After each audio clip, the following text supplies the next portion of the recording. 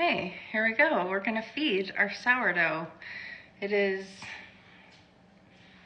7:45.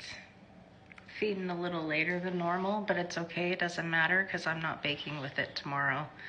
So what we're doing is, I have my tools here. You can follow along. I'll kind of explain why I do the things I do along the way and try to make it fast at the same time. I have a cup.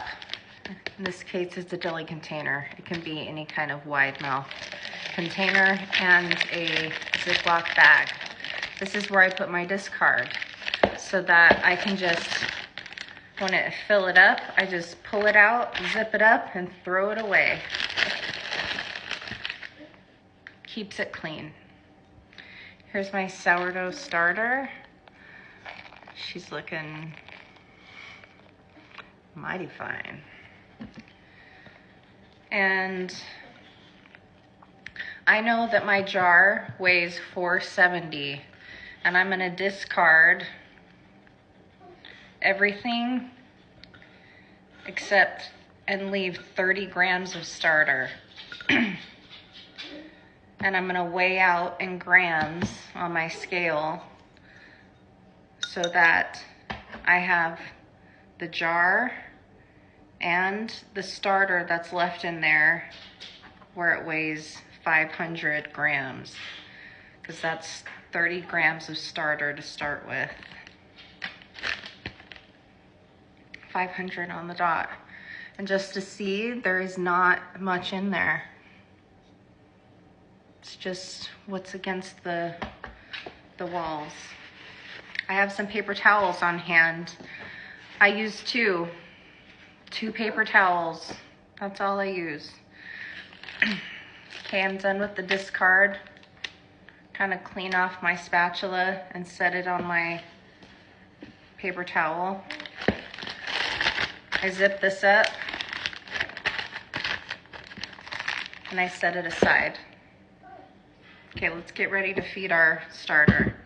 So we have the 30 grams. I'm gonna tear my scale and I'm going to do a 1 to 5 to 5 ratio feeding. So I'm gonna do 145 grams of flour.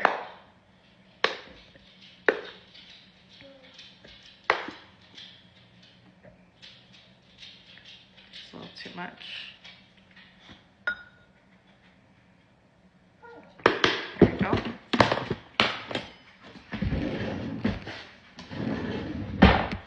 Okay, now we're gonna tear, and I'm gonna do 135 grams of water. And this is just filtered water from my fridge. And it's actually at room temperature right now. It can be a little bit warm if you're trying to, if it matters to you when this hits peak. Of course, you never want it to be hot water.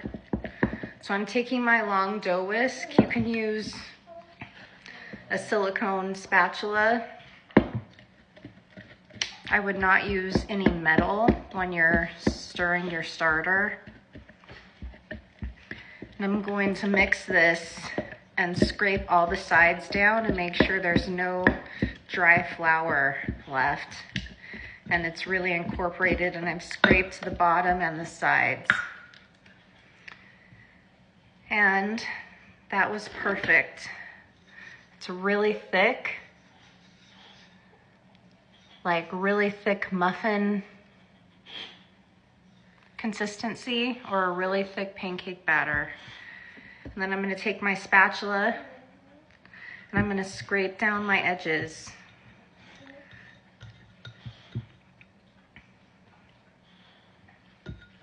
Scrape down my edges. Take my lid.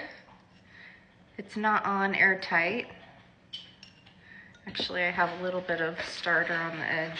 It's time for me to move this to a clean jar because it's been about a week and like the edges are kind of getting a little bit crusty. So anyways, we just put this on.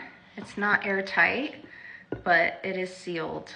So I'll leave this on the counter It will peak in 12 hours and it'll be ready. If I was ready to bake in the morning, about in between 8 and 10, it would be perfect time to bake with. But I just clean my tools best I can with those 2 paper towels. And then I finish up in the sink with cold water. Wipe down my tools.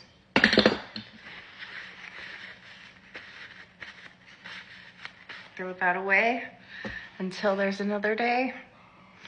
About 6 o'clock is when I feed, and then I bake at 9 o'clock, like I said. So feeding is really easy. Consistency is key. If you're not going to feed for more than 2 days, seal that up airtight and put it in your fridge and put it to sleep. Okay? So goodbye for now.